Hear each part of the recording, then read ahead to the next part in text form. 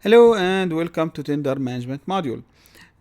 Practical, very engaging, and you will see many tenders coming your way the more you move up the ladder as a procurement professional. So, in this module, you will learn how to handle the tender process from A to Z, the complete process from gathering the requirement until you deliver the final evaluation report for management decision making.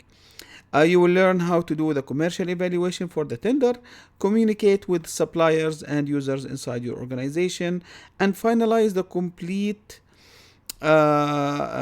process of tender management from A to Z in the most professional and the most efficient and effective way.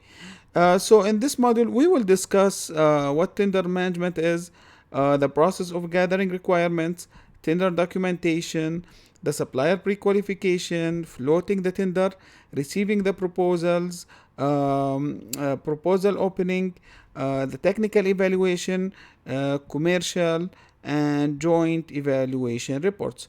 Finally, we will have a summary where I mentioned many insights and added values that you need to pay attention to.